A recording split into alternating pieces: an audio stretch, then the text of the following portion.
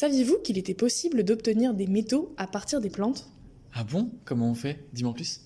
Pour comprendre, il faut s'intéresser aux plantes hyperaccumulatrices. Déjà, elles poussent dans un milieu extrême où la concentration en métaux est particulièrement élevée. Ça peut être dû à un enrichissement naturel du sol ou bien à une pollution anthropique. Leur autre particularité est qu'elles accumulent naturellement ces éléments au sein de leur tissu. C'est la phytoaccumulation. Mais la plante, elle fait ça toute seule?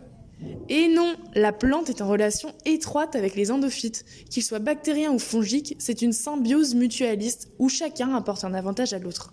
Les endophytes systémiques sont ceux qui sont propres à la plante et qui sont transmis de génération en génération par la graine, à l'inverse des endophytes non systémiques qui proviennent du milieu extérieur en contact avec la plante. Mais où sont-ils exactement dans la graine? Et quels sont leurs rôles au sein de la plante? Beaucoup de questions restent sans réponse. Les scientifiques ont déjà montré que les endophytes produisent des hormones de croissance ou d'autres composés permettant à la plante de mieux se nourrir, par exemple. Et notre but à nous, chercheurs, est de trouver le moyen d'inactiver les endophytes de la graine afin de cerner leur rôle. C'est-à-dire savoir si ces endophytes sont indispensables à la germination de la graine et à plus long terme à la croissance de la plantule et surtout à l'accumulation des métaux. Mais en fait, on pourrait considérer les endophytes comme des boosters de plantes pour stocker davantage de métaux? Exactement.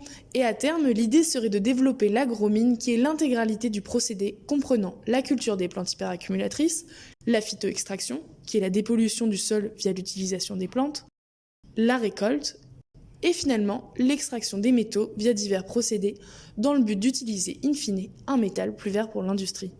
Nous sommes des fleurs, nous sommes de très jolies fleurs.